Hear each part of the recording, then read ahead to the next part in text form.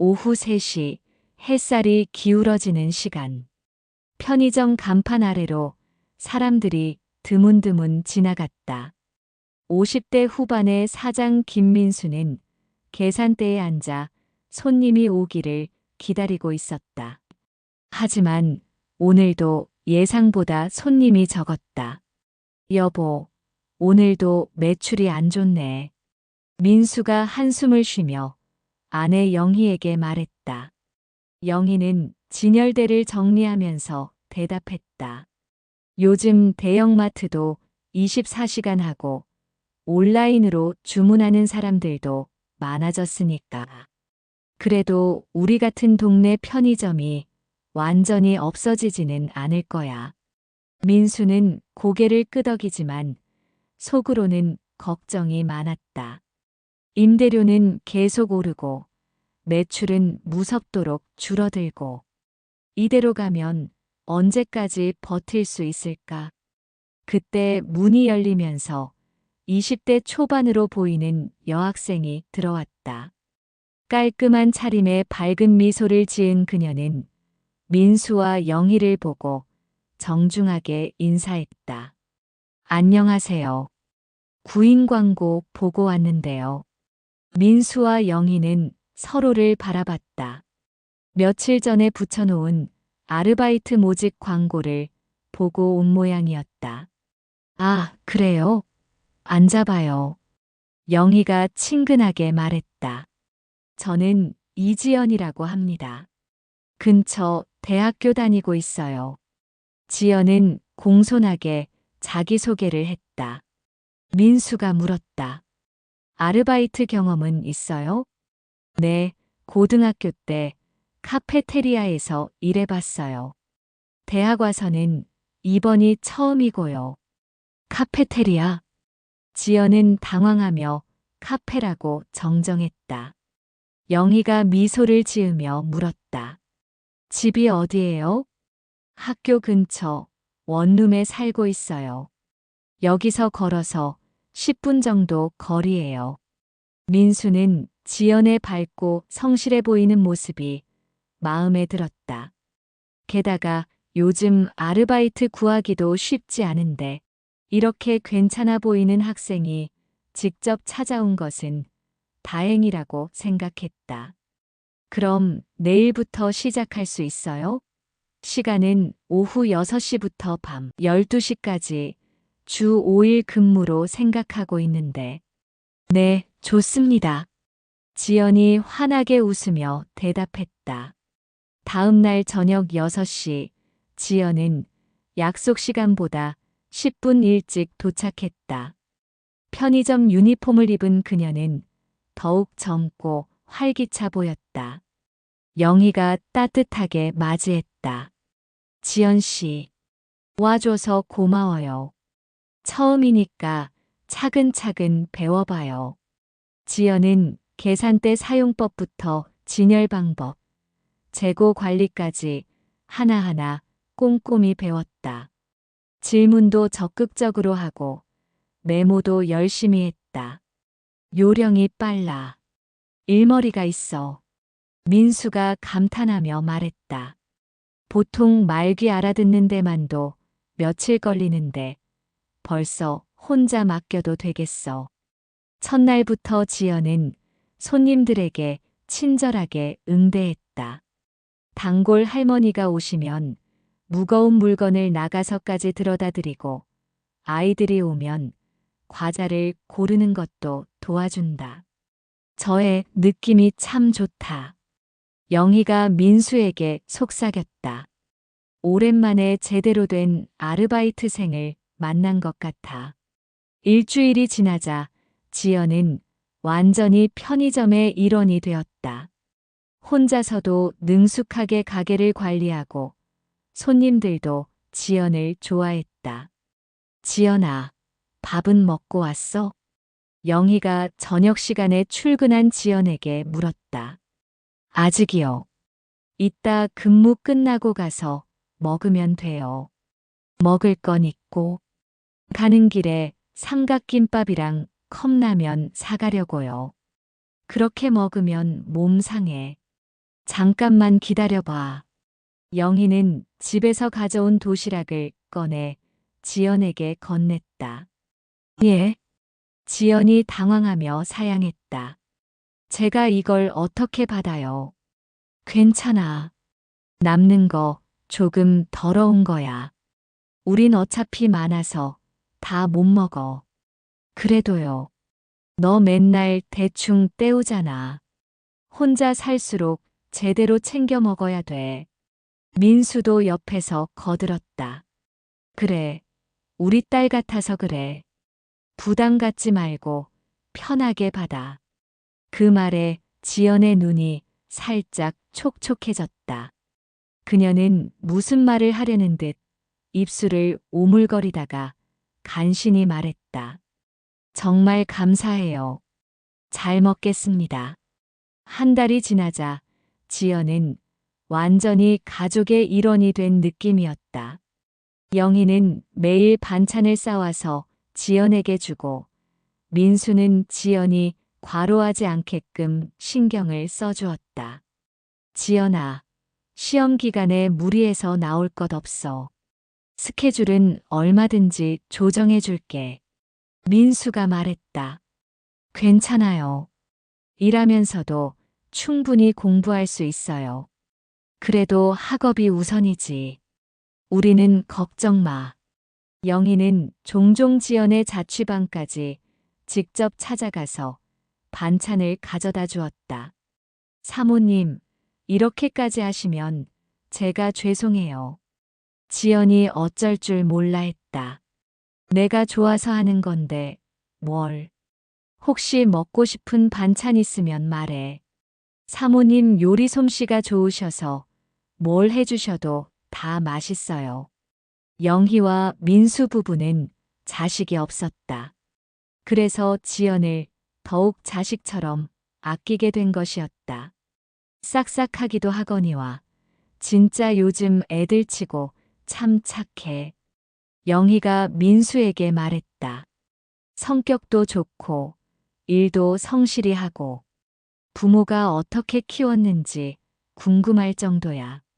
민수도 고개를 끄덕였다. 맞아. 요즘 같은 세상에 저런 애가 있다는 게 신기해. 그런데 지연은 가끔씩 이상한 질문을 했다. 일하면서 자연스럽게 던지는 질문들이지만 뭔가 의도가 있는 것처럼 들릴 때가 있었다. 사장님은 고향이 어디세요? 서울이야. 여기서 태어나서 쭉 살았어. 가족분들도 다 여기 계세요? 부모님은 돌아가셨고 자식은 나 하나뿐이라. 형제자매는 없으시고요? 지금은 나 혼자밖에 없어. 그러시구나. 지연이 뭔가 아쉬운 표정을 지었다. 또 다른 날에는 이런 질문도 했다. 사장님 어릴 때는 어떠셨어요? 어릴 때? 어렵게 살았지. 아버지 돌아가신 뒤에는 안 그래도 어려운 형편이 더 어려워져서. 그래서요? 고생 많이 했어. 그래도 지금이 중요한 거 아니겠어? 아, 네. 그렇죠. 2달째 접어들면서 지연에 대한 민수 부부의 애정은 더욱 깊어졌다. 영희는 아예 지연을 위한 전용 도시락통을 하나 더 장만해서 매일 반찬을 싸주었다. 지연아, 오늘은 내가 좋아한다던 잡채 해봤어. 입맛에 맞을지 모르겠다. 영희가 환하게 웃으며 도시락을 건넸다. 맛있게 먹겠습니다. 지연도 밝게 웃었다. 민수는 시험 기간에는 일찍 들어가라고 하고 비가 오는 날이면 우산을 챙겨주었다. 심지어 지연이 감기에 걸렸을 때는 약국에서 감기약까지 사다 주었다. 사장님, 제가 어떻게 이런 걸 받아요? 지연이 미안해하자. 뭔 소리야. 가족이 아픈데 당연한 거지. 민수가 대수롭지 않게 말했다. 영희도 거들었다. 맞아. 너 아프면 우리도 마음 아파. 얼른 낫고 건강해져야 해. 지연은 이런 따뜻함에 감동하면서도 한편으로는 복잡한 마음이 들었다. 자신이 단순한 아르바이트생이 아니라는 사실을 언젠가는 밝혀야 하는데 이렇게 좋은 분들께 실망을 드릴까봐 걱정이 됐다. 지연은 조금 더 구체적으로 민수의 과거를 탐색하기 시작했다. 직접적으로 묻기보다는 자연스럽게 대화를 유도했다. 사장님은 학교 다닐 때 어떤 학생이셨어요? 근무교대를 하는 틈을 타서 지연이 물었다. 나 그냥 평범했지. 공부보다는 친구들이랑 놀기 좋아했고, 친한 친구들 많으셨어요? 어렸을 땐 그랬는데, 중학교 때부터는 일 배우러 다니느라 많이 못 놀았어. 엄청 힘들게 사셨나 봐요. 그랬지. 어느 정도였냐면 여동생이 있었는데 그 애가 민수가 크게 한숨을 쉬더니 입을 다물었다. 이 얘기는 그만하는 게 좋겠다. 정리 다 됐으면 조심히 들어가. 한편 영희도 지연에 대해 궁금한 점이 많았다. 너무 성숙하고 예의 바른 것이 또래 아이들과는 다른 느낌이었다. 지연아, 너는 집이 어디야? 그러니까 부모님은 어디 계셔? 영희가 반찬을 나눠주며 물었다. 지연이 잠시 머뭇거리다가 대답했다. 미국에 계세요. 미국? 두 분 다? 너만 여기 놔두고. 아빠는 저한테 미국으로 오라고 하는데 제가 여기서 대학교를 다니겠다고 고집을 피웠어요. 어머님은 뭐라고 하시는데? 엄마는 작년에 돌아가셨어요. 저런. 영희가 안쓰럽게 지연을 바라보았다. 아버님은 미국으로 파견 나가신 거야? 무슨 일 하시는데? 직장 다니세요. 아버님이 너 걱정 많이 하시겠다. 안부 전화는 자주 드리니? 네. 시차가 있어서 전화 말고 메일로 주고받아요. 아이고, 우리 지연이. 그래서 혼자 사는 거구나. 영희의 목소리가 더욱 따뜻해졌다. 어느 날 밤, 교대를 마친 지연이 가방을 매려다가 열려있던 가방에서 내용물이 우르르 쏟아졌다. 어머, 옆에 있던 민수가 같이 주워주는데 쏟은 물건 중에는 사진도 한 장 있었다. 이게 뭐야? 무심코 사진을 들여다보던 민수가 흠칫 놀랐다. 그건 흑백 사진이었다. 젊은 부부가 아이들과 함께 정면을 보고 웃는 사진. 이건 지연이 황급히 사진을 받아들었다. 그냥 가족 사진이에요. 가족? 민수는 뭔가 이상하다는 느낌을 받았다. 지연이 가족 사진을 흑백으로 찍었을 수도 있겠지만 사진의 분위기나 배경을 보면 꽤 오래전에 찍은 것 같았다. 사진 자체가 너무 낡기도 했고 무엇보다 이상한 건 사진에 찍힌 사람들이 낯이 익다는 것이었다. 지연아, 솔직히 말해봐. 이 사진 누구 거야? 지연이 당황한 표정으로 둘러댔다. 엄마 거예요. 엄마네 가족이에요. 그러면 이분들은 지연이 너희 할아버지, 할머니고? 맞아요. 시간이 늦어서 저는 이만 들어가 보겠습니다. 안녕히 계세요. 지연은 도망치듯 편의점을 빠져나갔다. 그날 밤 민수는 잠이 오지 않았다. 사진 속 부부의 모습이 자꾸 머릿속에 맴돌았다. 사진이 워낙 빛이 발해서 좀 뭉개지긴 했지만 사진 속 부부는 민수의 부모님의 젊은 시절 모습과 꼭 닮아 있었다. 영희는 대수롭지 않게 생각했다. 원래 옛날 사람들 얼굴이 다 비슷비슷하잖아. 그래도 느낌이라는 게 있잖아. 보자마자 찌릿하고 느낌이 왔어. 당신 내일 지연이한테 또 쓸데없는 소리 하지 마. 그런 걸로 그만두기라도 하면 어떡하려고. 민수도 지연을 의심하고 싶지 않았다. 하지만 사진을 봤을 때의 충격이 너무 컸다. 더구나 지연이 자꾸 자신의 과거에 대해 물어보는 것도 마음에 걸렸다. 다음 날 지연이 출근했을 때 민수는 조심스럽게 물어보았다. 영의 말대로 잠자코 교대만 해주려고 했지만 호기심을 참을 수 없었다. 지연아, 어머니 고향이 어디라고 했지? 서울이요. 서울 어디? 저도 잘 모르겠어요. 제가 아직 서울 지리를 잘 몰라서. 민수가 지연을 빤히 쳐다보다가 말했다. 지연이 너는 어디 살았어? 저는 미국이요. 미국? 미국에서 태어났어요.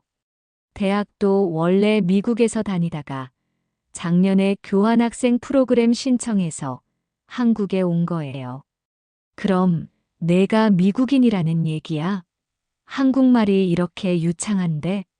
엄마 아빠가 다 한국인이라서 집에서는 한국말을 썼거든요. 민수가 눈을 꿈뻑거리며 지연을 바라보았다. 그러다 말했다. 어젯밤 사진 말이야. 그것 좀 다시 볼 수 있을까? 네. 지연은 가방에서 그 사진을 다시 꺼냈다. 손이 떨려서 사진이 바들바들 흔들린다. 민수가 말했다. 여기 어른 두 분은 부모님이 아니시지? 이건 엄마나 아빠 어릴 적 사진인 거지? 맞아요. 이 꼬맹이가 우리 엄마예요. 긴 침묵이 흘렀다. 그리고 이 사내아이가 혹시 나 아니니? 지연이 눈물을 뚝뚝 흘렸다. 맞아요. 우리 엄마는 사장님의 여동생이에요.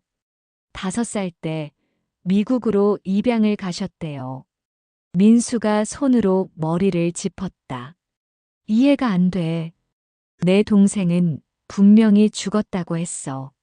사장님 어렸을 적에 집안 형편이 어려웠다고 하셨잖아요. 그래서 엄마를 입양 보냈을 거예요. 난 몰랐다.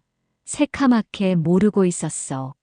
민수가 다리에 힘이 풀려 벽에 기댔다. 입양이라고? 헤어질 때 이 사진을 품에 넣어주셨대요. 나중에라도 꼭 다시 만나자고. 미선이었어. 미선이. 맞아요. 엄마 이름이 김미선이에요. 지연이 확인해 주었다.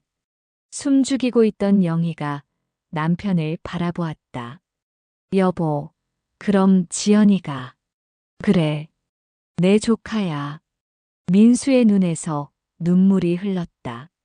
민수는 50년 전의 기억을 떠올렸다. 어린 시절 어머니가 미선이를 데리고 나갔다가 혼자 돌아오신 날. 그날 어머니는 미선이가 사고로 죽었다고 했었다.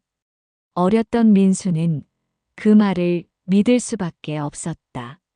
그때 우리는 끼니를 예사로 걸렀어. 그러다 미선이가 없어지니까 전보다는 덜 굶게 됐지. 어쩌다 밥을 배불리 먹기라도 하면 나는 미선이 생각이 났어. 미선이는 배 많이 고플 텐데 하고 영희가 남편의 손을 꼭 잡아주었다. 그동안 동생 이야기를 한 번도 제대로 해본 적이 없었는데 그에게 이런 깊은 상처가 있었다는 걸 지금 처음 알았다. 민수가 울먹거렸다. 그랬는데 살아있었구나. 만약에 입양 갔다는 걸 알았다면, 누가 귀띔이라도 해주었다면 나는 미선이를 찾으러 갔을 거야. 그런데 지금은 너무 늦어버렸네. 제가 이렇게 찾아왔잖아요. 지연이 조심스럽게 입을 열었다. 어머니는 사장님을 계속 그리워하셨어요. 가족들 전부를요. 미선이가 저희 외할아버지와 외할머니는 좋은 분들이세요. 엄마는 좋은 가정에 입양된 거예요. 부족한 것 없이 자랐어요. 하지만 항상 가슴 한편으로는 한국에 있는 가족들을 생각했대요. 지연이 가방에서 또 다른 사진들을 꺼냈다. 이것들도 엄마가 소중히 간직한 사진이에요. 어린 미성과 민수의 사진들이었다. 함께 놀고, 함께 밥 먹고, 함께 잠들어 있는 2살 터울 남매의 모습들이었다. 엄마는 말씀하셨어요. 한국에 제 삼촌이 있다고요. 민수가 사진들을 하나하나 들여다보았다. 어린 시절의 기억들이 생생하게 되살아났다. 너희 어머니는, 미선이는 어떻게 살았어? 민수가 떨리는 목소리로 물었다. 행복했어요. 아까 말씀했듯이 외할아버지랑 외할머니가 좋은 분들이셨고요. 대학에서 법학을 전공하고 로펌에 다니다가 아빠를 만났어요. 내 아버지도 한국인이고 아빠는 어렸을 때 미국으로 이민을 오셨어요. 지금은 뉴욕에서 투자회사를 운영하고 계세요. 문득 지연의 목소리가 조금 어두워졌다. 그런데 엄마는 자기가 행복하다는 데 대해 가족들에게 미안해했어요. 한국에 남아있는 가족들한테요. 그랬구나. 그러다 엄마가 암 진단을 받았을 때 엄마는 한국에 있는 가족들을 다시 못 본다는 걸 마음 아파하셨어요. 민수와 영희가 숨을 죽이고 들었다. 엄마는 한국에 오려고 했었어요.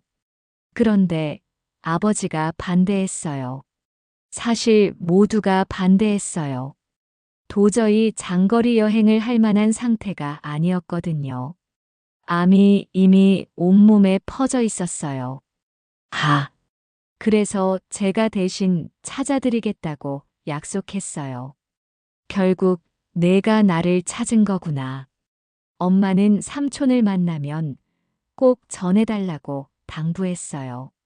미선이가 오빠를 평생 그리워했고 사랑했다고. 민수가 어깨를 들썩였다. 50년간 가슴속에 묻어두었던 그리움과 죄책감이 한꺼번에 터져나왔다. 내 동생 미선아 오빠가 미안해. 정말 미안해. 영희도 함께 울고 있었다. 그리고 지연도. 세 사람은 한참 동안 서로를 껴안고 울었다. 그러는 동안에 손님이 들어왔다가 분위기가 이상한 걸 보고 슬금슬금 뒷걸음해서 나갔다. 진실이 밝혀진 다음 날 편의점의 분위기는 완전히 달라졌다. 민수는 지연을 보는 눈빛이 달라졌고 영희는 더욱 자상하게 지연을 대했다. 지연아, 이제 아르바이트비 받으면 안 되지. 내가 우리 조카인데. 민수가 웃으면서 농담을 하면 지연도 지지 않고 받아쳤다. 그건 아니죠, 삼촌. 더도 말고 덜도 말고 일한 만큼 받는 게 맞죠. 그러냐? 저는 계속 일하고 싶어요. 삼촌, 숙모와 함께 있는 시간이 좋거든요. 영희가 미소를 지으며 말했다. 그래, 우리 지연이 마음대로 해라. 다만 이제는 정말 가족이니까 더 편하게 지내자. 하지만 모든 것이 자연스럽지만은 않았다. 민수는 여전히 미선에 대한 죄책감에 시달렸고 지연도 처음에 자신의 정체를 숨겼던 데 대해 미안함을 느꼈다. 삼촌, 일찍 말씀 안 드려서 죄송해요. 아니야. 너도 신중하게 생각할 점들이 있었겠지. 나라도 그랬을 거야. 이해해. 삼촌, 숙모가 이렇게 좋은 분들인 줄 알았다면 처음부터 말씀드렸을 텐데. 민수가 지연의 머리를 쓰다듬었다. 이제는 비밀 없이 지내자. 우리 가족끼리. 민수와 영희는 미선이 어떤 인생을 살았는지 궁금해했다. 지연은 앨범을 보여주었다. 거기엔 미선의 학창시절 사진, 대학 졸업식 사진, 여행 사진, 결혼 사진, 어린 지연을 안고 있는 사진들이 시간 순서대로 정리되어 있었다. 지연이 그것들을 하나하나 설명해 주었다. 이건 엄마 대학 졸업식 사진이에요. 법학과를 수석으로 졸업하셨어요. 민수가 자랑스러운 표정으로 영희를 보았다. 역시 미선이는 어렸을 때부터 영리했어. 이건 결혼식 사진이고요. 이분이 우리 아빠예요. 아버지는 어떤 분이야? 아빠도 좋은 분이에요. 저를 사랑하시고요. 단지 좀 보수적이시고 현실적인 면이 있죠. 엄마가 한국을 그리워하는 걸 별로 달갑게 생각하지 않으셨어요. 왜? 한국에 대한 안 좋은 기억이라도 있나? 그렇다기보다는 아빠는 과거보다 현재와 미래가 중요하다고 생각하세요. 그래서 엄마가 한국 이야기를 하면 미국에서 잘 살고 있는데 굳이 왜 그런 걸 생각하느냐고 언짢아 하셨거든요. 그 말도 맞긴 하다만 민수가 복잡한 표정을 지었다. 아버지는 내가 한국에 있는 것도 싫어하시니? 처음에는 많이 반대하셨어요. 하지만 엄마 부탁을 들어드리기로 했는데 별 수 있나요? 이 기회에 지연은 어떻게 말을 꺼낼지 고민하던 이야기를 자연스럽게 꺼냈다. 말이 나와서 말인데 엄마가 남기신 유언이 있어요. 유언? 엄마가 재산 일부를 가족들에게 전하라고 하셨어요. 지연의 말이라면 다 들어줄 것 같던 민수가 정색하며 손사래했다. 그건 아니다. 받을 수 없어. 나는 미선이한테 아무것도 해준 게 없는데. 아니에요. 엄마는 가족 사이는 그런 식으로 기브앤테이크가 아니라고 했어요. 영희가 남편을 말렸다. 여보, 얘기라도 들어봅시다. 아니야. 들어서 뭐 하려고? 괜히 마음만 싱숭생숭하겠지. 아닌 건 아닌 거야. 지연이 만난 걸로 이미 다 받았어. 지연이 눈물을 글썽거렸다.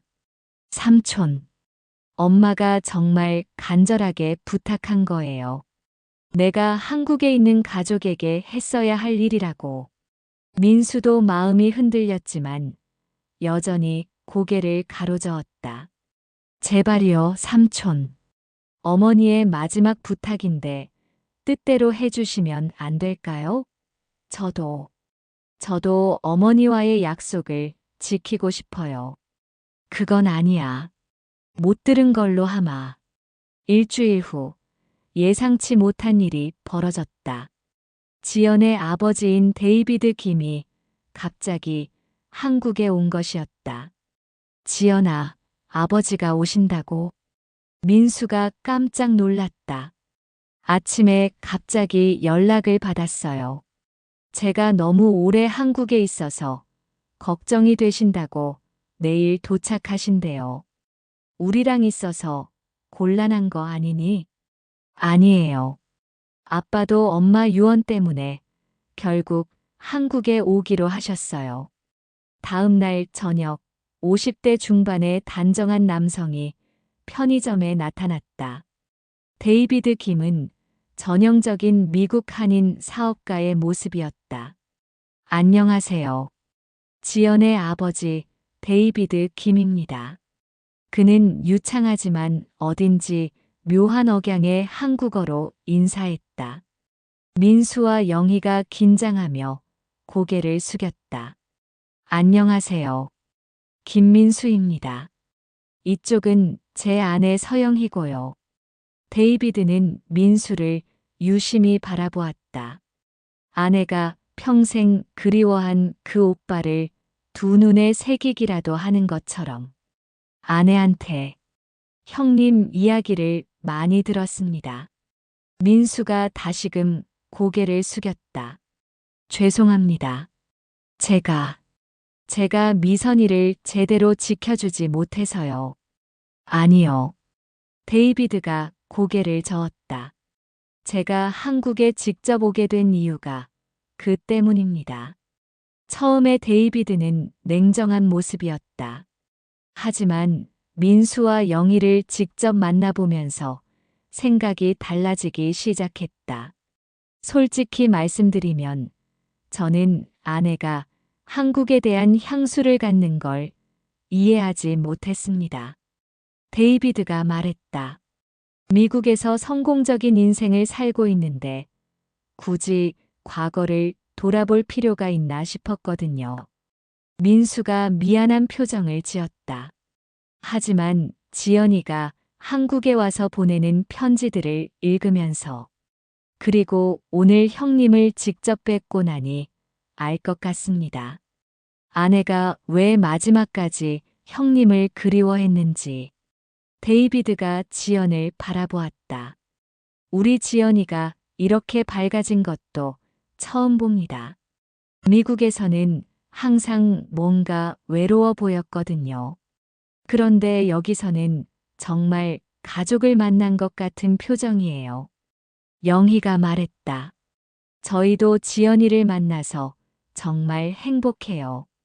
아이가 없었던 저희에게는 하늘이 내려준 선물 같아요. 데이비드의 표정이 부드러워졌다. 며칠 후 데이비드는 변호사와 함께 정식으로 유산 상속 절차를 밟았다. 아내의 유언에 따라 재산 일부를 형님께 상속해드리고 싶습니다. 민수가 여전히 망설였다. 지연이한테도 말했는데 저는 정말 받기가 곤란합니다. 변변히 해준 것도 없는 처지에 염치도 없이. 형님, 데이비드가 진지하게 말했다. 아내의 마지막 소원입니다. 그리고 솔직히 말씀드리면 이건 단순한 재산 분할이 아닙니다. 무슨 말씀이세요? 아내는 한국에 있는 가족들이 경제적으로 어려움을 겪고 있을까봐 걱정했습니다. 그런데 지연이가 보낸 편지를 읽어보니 편의점 운영이 쉽지 않다고 하더군요. 민수가 당황했다. 지연아, 내가 그런 이야기를. 지연이 미안한 표정을 지었다. 삼촌이 임대료 걱정하시는 모습을 보니까 마음이 쓰여서 편지에 쓰게 됐어요. 데이비드가 계속 말했다. 아내는 특히 오빠 이야기를 많이 했습니다. 오빠와 함께 행복한 시간을 보냈기 때문이겠죠. 그러니 해준 게 없다는 말은 틀립니다. 민수의 눈에서 눈물이 흘렀다. 미선이가 네, 아내의 마지막 선물입니다. 받아주세요. 결국 민수는 데이비드와 변호사의 설득에 못 이겨 유산을 받기로 했다. 그 돈으로 밀린 임대료를 갚는 걸 넘어서 아예 건물을 매입하기로 했다. 이제 임대료 걱정은 안 해도 되겠다. 영희가 기뻐했다. 지연도 활짝 웃었다. 엄마가 정말 기뻐하실 거예요. 몇 달이 지나자 편의점은 완전히 다른 모습이 되었다.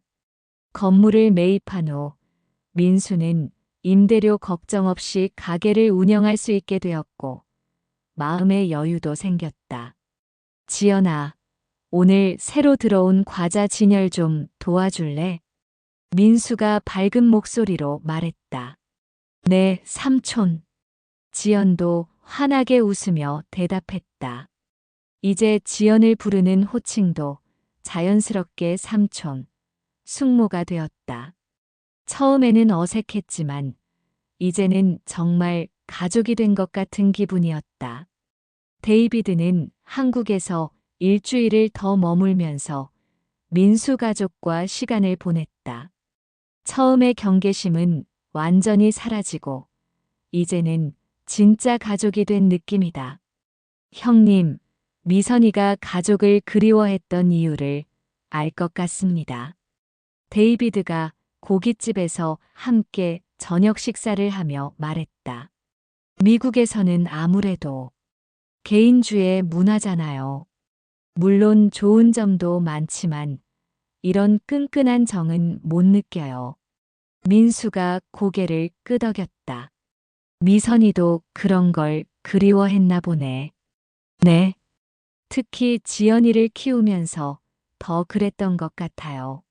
한국의 가족 문화, 정이 많은 문화를 지연이에게도 보여주고 싶어 했거든요. 지연이 아버지를 바라봤다. 아빠도 이제 이해하시는 거예요? 그럼. 아빠가 편견이 있었나 보다. 앞으로는 내가 한국에서 지내는 걸 응원할게. 데이비드는 미국으로 돌아가기 전에 민수에게 제안한다. 형님, 시간 되실 때 미국에 한번 놀러 오세요. 미선이가 살았던 곳도 보여드리고 미선이 친구들도 소개해드리고 싶어요. 정말요? 네. 미선이 묘소에도 형님과 함께 가고 싶어요. 미선이도 분명 기뻐할 거예요. 민수의 눈에 눈물이 맺혔다. 꼭 가보겠습니다. 어느 저녁 세 사람은 편의점 앞 의자에 앉아 하늘을 바라보았다. 간판의 불빛이 따뜻하게 그들을 비추었다. 삼촌, 저 정말 행복해요. 지연이 말했다. 나도야. 우리가 지연이 만나서 진짜 행복해졌어. 민수가 대답한다. 미선이가 우리에게 정말 큰 선물을 준 것 같아. 영희가 말했다. 맞아요. 어머니가 저를 삼촌에게 보내주신 거예요. 그리고 삼촌에게는 잃어버린 가족을 다시 찾아드린 거고요. 간판 불빛 아래에서 세 사람은 서로를 바라보며 웃었다. 50년 만에 다시 이어진 가족의 인연, 그리고 미선이 마지막까지 간직했던 사랑이 마침내 결실을 맺은 순간이었다.